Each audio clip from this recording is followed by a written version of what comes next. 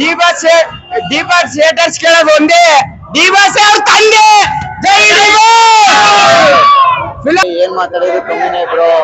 ಹಿಂದೆ ಹೇಳಿದಾರೆ ನಾವು ಸೆಲೆಬ್ರಿಟಿ ಅಂತ ಯಾರು ಇದು ಅಂತ ಕಲ್ತಿಲ್ಲ. ಓಪನ್ ಚಾಲೆಂಜ್ ಕ್ರೇಜ್ ಬೇರೆಯವ್ರಿಗೆ ಕನ್ನಡ ಇಂಡಸ್ಟ್ರಿಯಲ್ಲಿ ಈ ಓಪನ್ ಚಾಲೆಂಜ್ ಬೇರೆಯವ್ರು ಯಾವ್ದಾರು ಹೀರೋ ಈ ತರ ಕ್ರೇಜ್ ಹುಟ್ಟಾಕ್ಲಿ ಅರ್ಧ ಮೀಸೆ ಮೂಡಿಸ್ತಾರೆ.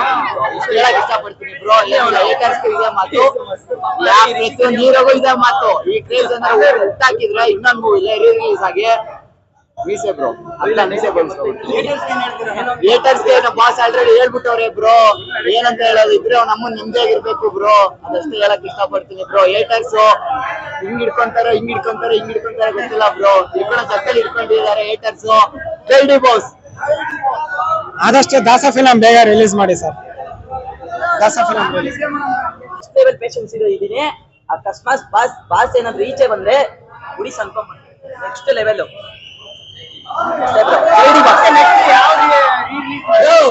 ಕಾಟೇರ ರಿಲೀಸ್ ಆಗ್ಬೇಕು ಬ್ರೋ. ರಿಲೀಸ್ ಆಗ್ಬೇಕು. ಮತ್ತೆ ಕಾಟೇರ ರಿಲೀಸ್ ಆಗ್ಬಿಟ್ರೆ ಮಾತ್ರ ಅಡು ಬಂದ್ಬಿಡುತ್ತೆ ಬ್ರೋ. ಅಷ್ಟೇ ಬ್ರೋ, ಏನ್ ಹೇಳಕ್ಕಾಗಲ್ಲ. ಆ ವ್ಯಕ್ತಿ ಆ ಬಸ್ಸಿಂದ ಫಸ್ಟ್ ಅಲ್ಲೇ ಬರ್ತಾರಲ್ಲ, ಬಸ್ಸಿಂದ ಹೇಳ್ದೆ ಆ ಟೈಮಲ್ಲೇ ಕಣ್ಣೀರ್ ಹಾಕೊಂಡು ಹೋಗ್ಬಿಡ್ತಿದ್ರು. ಆ ಲೆವೆಲ್ ಕ್ರೇಜ್ ಇರುತ್ತೆ. ಕಾಟೇರ ರಿಲೀಸ್ ಅಲ್ಲಿ ಅವ್ರು ಯಾರಿದ್ದಾರೆ, ಪ್ರೊಡಕ್ಷನ್ ಟೀಮ್ ಅವರು, ಡೈರೆಕ್ಷನ್ ಟೀಮ್ ಅವರು ಯಾರಿದ್ದಾರೆ, ನಮ್ಮಲ್ಲಿ ಕೇಳ್ಕೊಳ್ಳೋದೇನಂದ್ರೆ ರಾಕ್ಲೈನ್ ಪ್ರೊಡಕ್ಷನ್ ಅವ್ರು ಕೇಳ್ಕೊಳ್ಳೋದೇನಂದ್ರೆ ದಯ ಮಾಡಿ ಕಾಟೇರನ್ನ ರಿಲೀಸ್ ಮಾಡ್ಕೊಡಿ. ನಿಜ ಕಣ್ಣೀರ್ ಹಾಕೋಗ್ಬಿಡ್ತೀವಿ. ಯಾಕಂದ್ರೆ ಕಲಾಸಿಪಲ್ಯಗೆ ಈ ತರ ಕ್ರೇಜ್ ಐತೆ. ಕಾಟೇರ ಬಂದ್ಬಿಟ್ರೆ ಅಷ್ಟೇ. ಜೈ ಡಿ ಬಾಸ್.